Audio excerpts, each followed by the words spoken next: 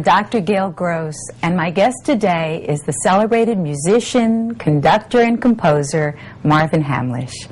His music is known for its versatility and substance, and his work as a composer has won him every major award in the field, including 3 Oscars, 4 Emmys, 1 Tony, and 3 Golden Globe Awards. His unforgettable music and arrangements have appeared in over 40 motion pictures, including The Way We Were, The Sting, Sophie's Choice, and 3 Men and a Baby. Marvin Hamlisch's work has also made a big splash in the theatrical world. His groundbreaking show, A Chorus Line, became one of Broadway's most popular shows, with over 6,000 performances in its original 15-year run, and it earned him a Pulitzer Prize. He currently holds the position of Principal Pops Conductor with the National Symphony Orchestra in Washington, D.C., and the Pittsburgh Symphony. He is the first person ever granted that position for either orchestra. Marvin Hamlisch, welcome. Thank you very much. So happy and honored to have you. So I'm going to ask you, what was your childhood like? What prepared you to be this musical genius? Well, to be honest with you, my father was really the musical genius. He had the genes, you know. He came from Vienna. Yes. He played 6 instruments. And when I was born, my mother always told the story that around the age of 2 or 3 already, I was starting to pick out notes at the piano and stuff like this. And I had a sister, and she was 2 years older, so she was taking piano lessons. And when she would leave the piano, I would go over and start, you know, just picking out the songs. A prodigy. So, exactly. I mean, It wasn't anything that I did per se. It was like God gave me some good genes. So what happened was that at the age of about 5.5, 6 years old, my father started asking people, practically on the street, what's a good school for music? You know, because I mean, he was just, from Vienna, he had no idea about, New York City. And he kept hearing the word Juilliard, Juilliard. And so at the age of 6.5, I auditioned for the Juilliard School of Music. The youngest child ever to audition. Right. And is it correct? Did you audition in pajamas? Actually, I did. The way it was is that my mother had bought me a beautiful gray pinstripe, suit. Beautiful. So motherly. Very motherly. And on the day that I was supposed to audition, it was the first time I actually wore the suit. And when I put the pants on, I said to my mother, I cannot play the piece I'm supposed to play because it's itching like crazy. You know, the wool.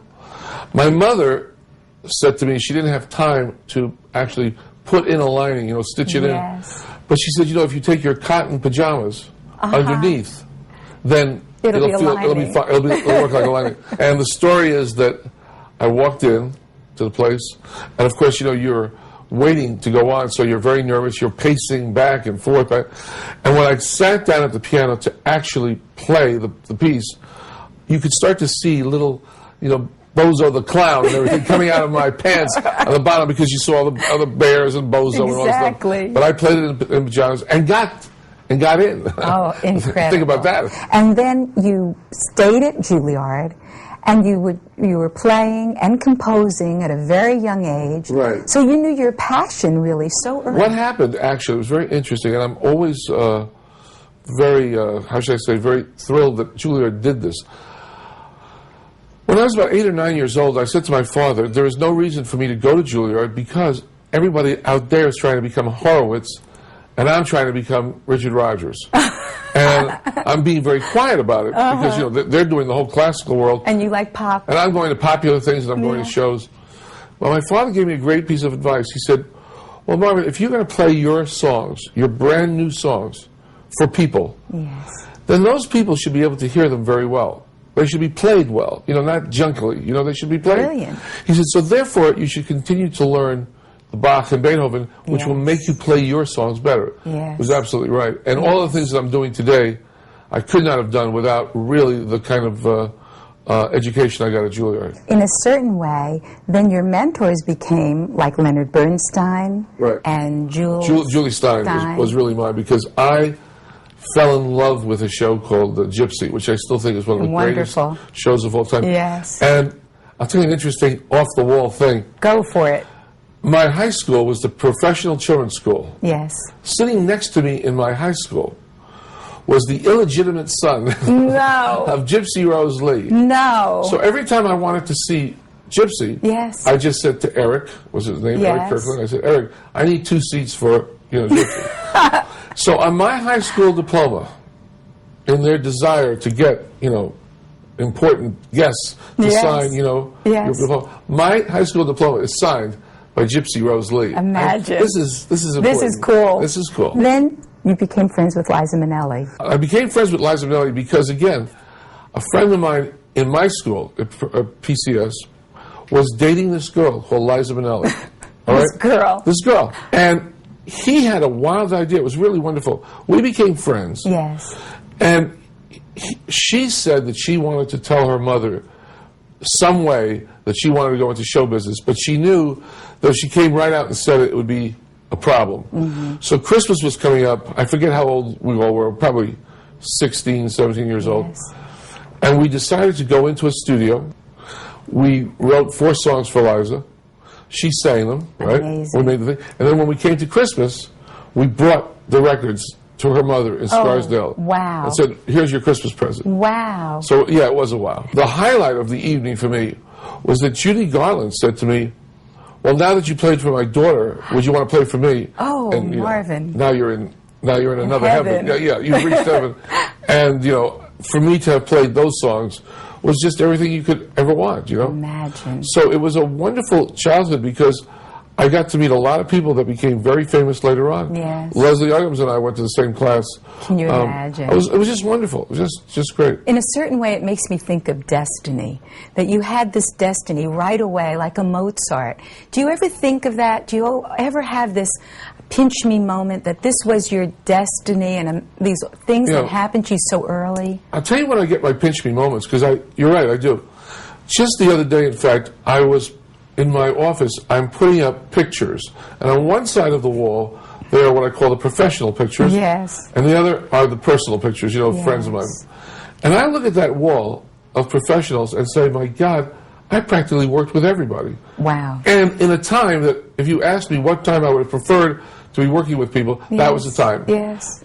60s and 70s, 80s, I have Sinatra, Carly Simon, you name them, they're on the wall, you know what I mean? And now, today, all of those famous people on that wall, if they were alive today, they'd be saying, and I worked with Marvin Hamlisch. Would be nice. They would be saying it.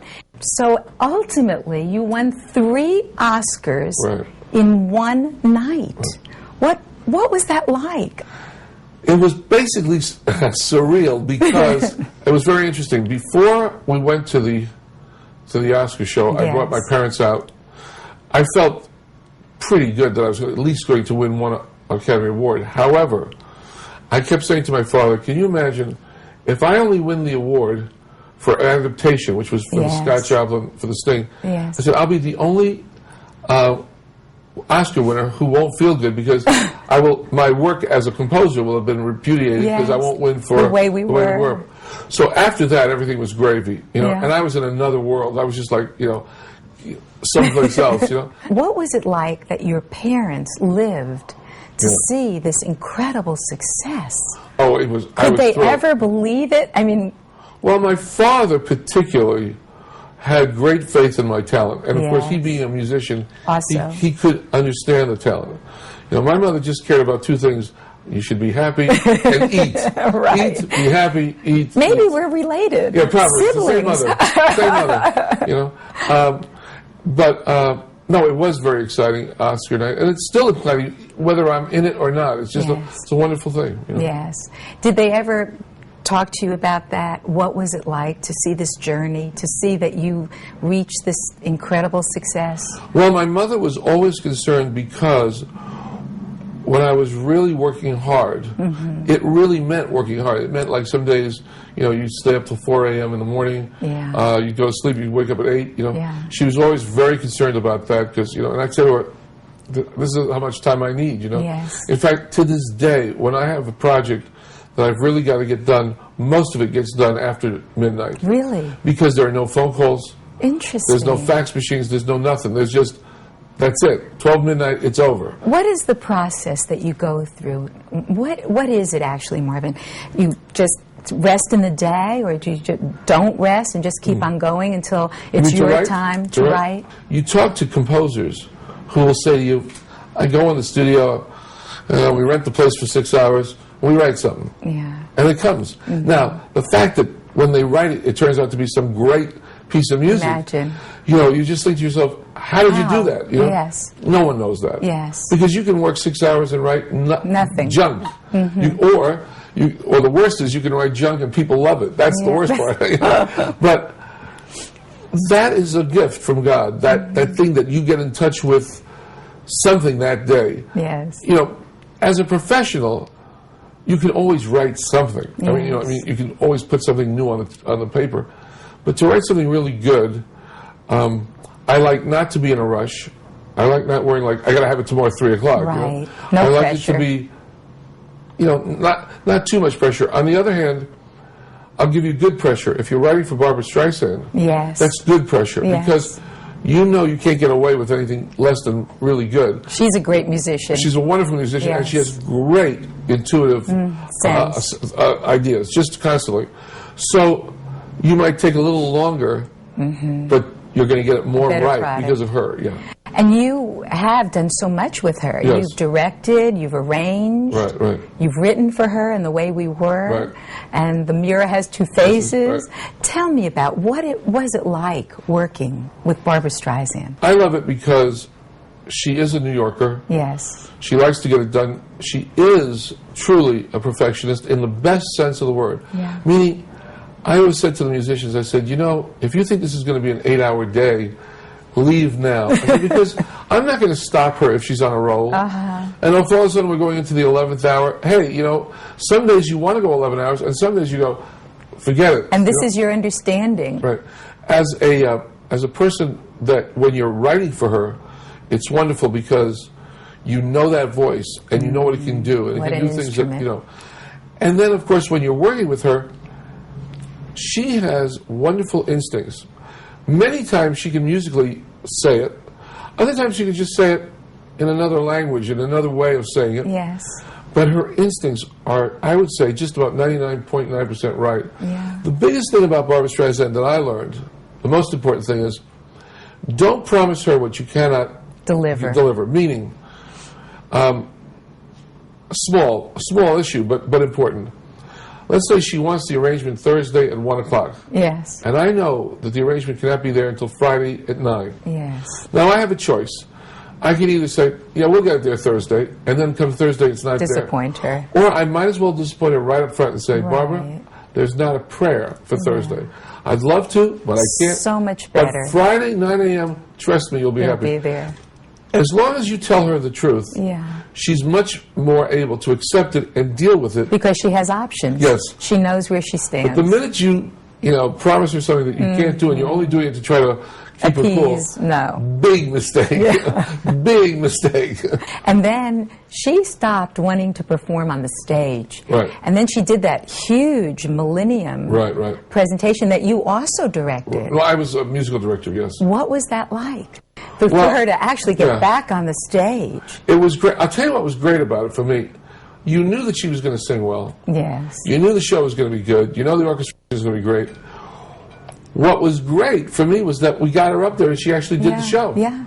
And the more she did it, the more she had no problems. Yeah. But, I can understand her being crazy the first night if she had wanted to Yes. be. She stopped doing concerts because when she had been in Central Park many years ago, Yes. she had gotten a threat on her life. Really? Yeah, and that's one of the reasons she stopped performing. Oh, I never knew that. Yeah. I know she's a very spiritual person. Oh, yeah. And I think she did some work preparing herself to be able to open again Right. on the stage. Right. And that makes me think, in Buddhism there's a word, a mantra called aha. And aha, or really means to reconnect, to connect to everybody. Right. And when you're inspired or you have in composition, that aha moment, it is really connecting to everything, isn't it? Interesting enough, my wife is basically a Buddhist. She's very much like the Buddhist. Yeah, In fact, we've met His Holiness the Dalai Lama I many know times. this.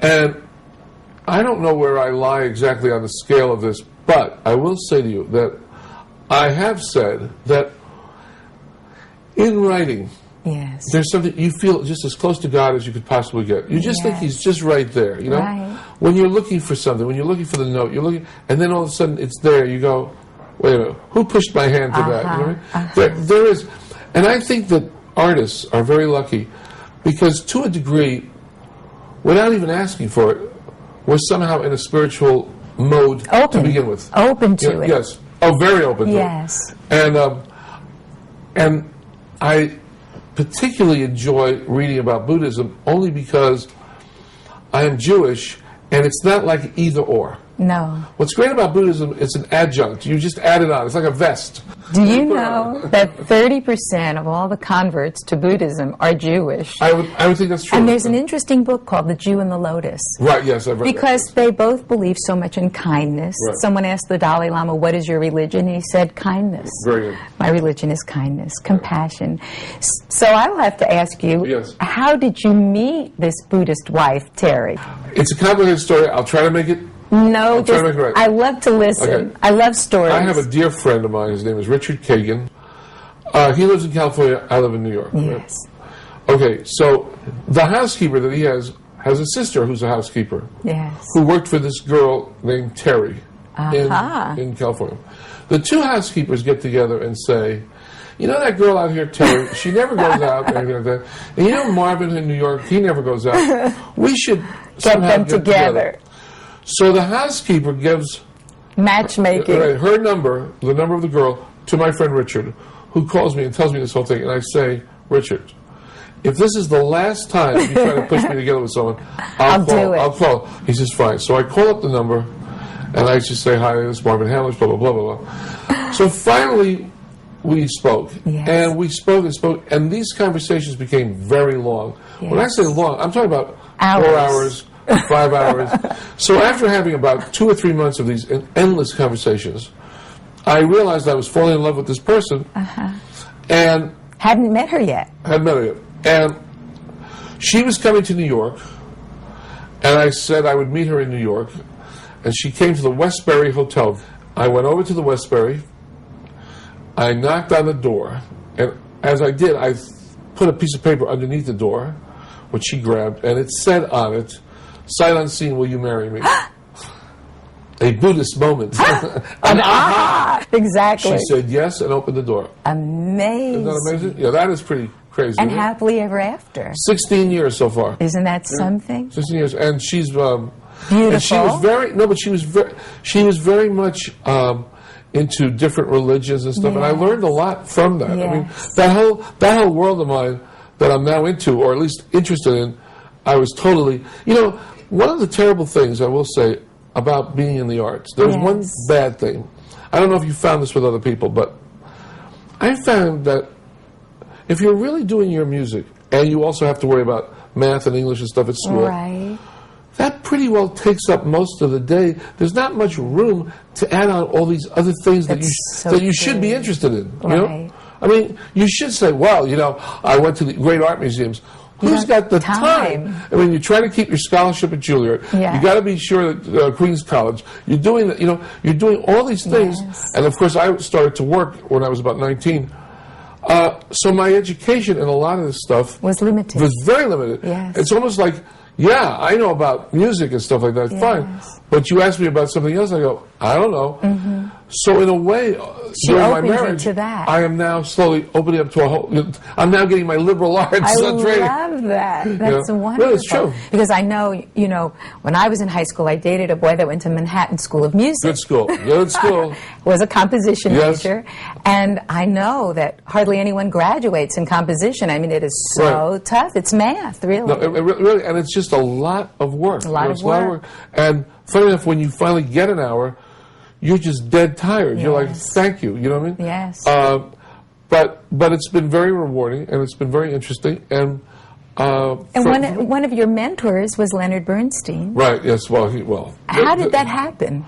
He was at, when I was very young, there was a thing, I don't know if they probably still have it, the Weekly Reader. Oh, yeah. For kids. They which is one of- absolutely still have it. And when I was young as a prodigy, he took a picture with me for the Weekly Reader, but we met a few times after, particularly after I'd done Chorus Line and stuff. And in my opinion, the true loss of him will be felt in the next generation. Yes. Because all of us still remember how great it was for him with the children and doing the children's concerts.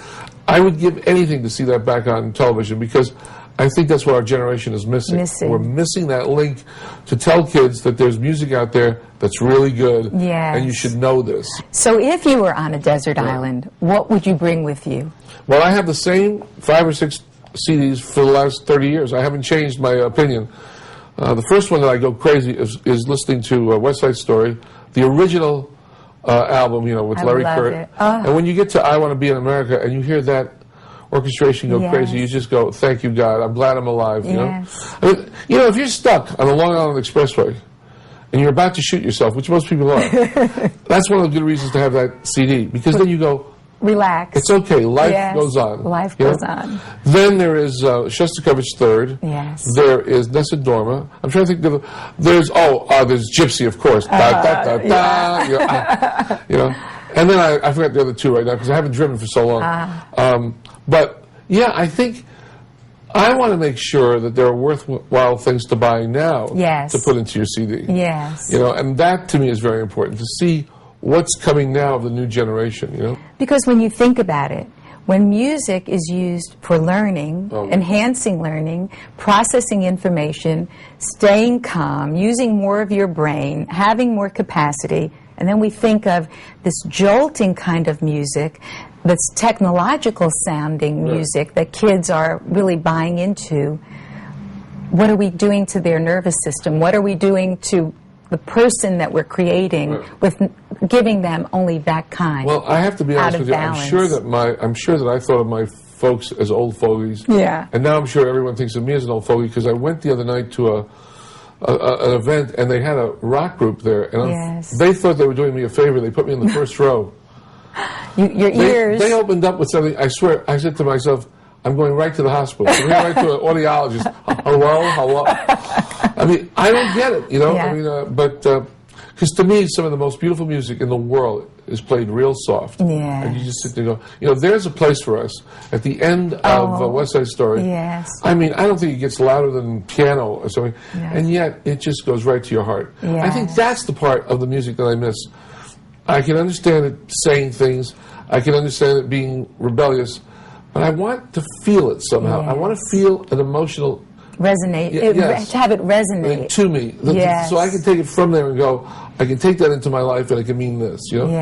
That's what I'm still looking for. Your other mentor, Jules Stein, what did he offer you?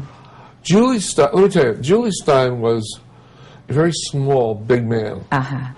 And he had more energy than I have, and I'm considered a AAA energy person. What Julie Stein showed me was how you do it, how you don't hold on to anything. Star says, I don't like this song, you write another one. You don't just go... Don't get attached. You don't get attached, and you don't get crazed because someone doesn't like something. You don't take it personally. But Julie Stein was a wondrous guy, a great character, and he was also one of the few composers who could really play the piano well. We just lost Cy Coleman, who was the of composers. There's nobody who plays it better than Cy Coleman. Cy Coleman would just, believe me, he could just put it away. But Julie was one of those people who could really do it. You know, it was a wonderful man. If I ask you a question you're totally not prepared for, though you weren't for anything anyway, it would be, what was the one defining moment of your life? Very easy thing. When I was the rehearsal pianist on Funny Girl, which was starring Barbara Streisand, I was about 24, 25 years old, and she had her own pianist. So basically I hardly ever played for her. I would play if there were a chorus people and her. Then all of a sudden it goes to my bailwax. Okay. Her pianist gets a call on a Friday night to play a party, and he says, I'm not playing a party, but I'll give you Marvin Hamlisch, talk to him. Oh, you're kidding. I now get a phone call from a woman. She says she needs a piano player. I say I don't play parties. Work with Barbara Streisand. I said, but if you tell me who the party's for, perhaps I can send you someone. She said it was for the Hollywood producer Sam Spiegel, who had just done On the Waterfront in Lawrence of Arabia. Oh my! And I said, I'll be over in 10 minutes. Right. And I went over, played the party, knew in my head that this could be my moment. I mean, it's not every day you get a chance to play for Sam Spiegel, a man who makes motion pictures. Amazing. The end of the thing, he says to me he's looking for a new composer for a film. The next thing you know, 8 months later, I'm in Hollywood. Well, you are a genius, Thank you. and clearly you had this destiny, not just really a prodigy, but really this destiny to lead us into this next century with such great music. You know, not only is it fun for me because I love audiences, but I learn a lot from these orchestras, you know? Yeah. I was not a person who started out trying to be a conductor, so there's a lot to learn. And some things you learn just because you do. Yes. And other things you learn from the players Yeah. who are very helpful to you and say, I think you should do it this way. I think you should do it that way. What I'm very proud of is that the Pops are doing very well, and I'm very excited about the season, so it's good. I'm so proud of you. Thank you. I'm so thrilled that you gave us this day. My pleasure. And it's been wonderful. Thank you very much. Thank you, Marvin. Your music brings so many people so much pleasure. Thank you for joining us, and thank you for watching. I'm Dr. Gail Gross.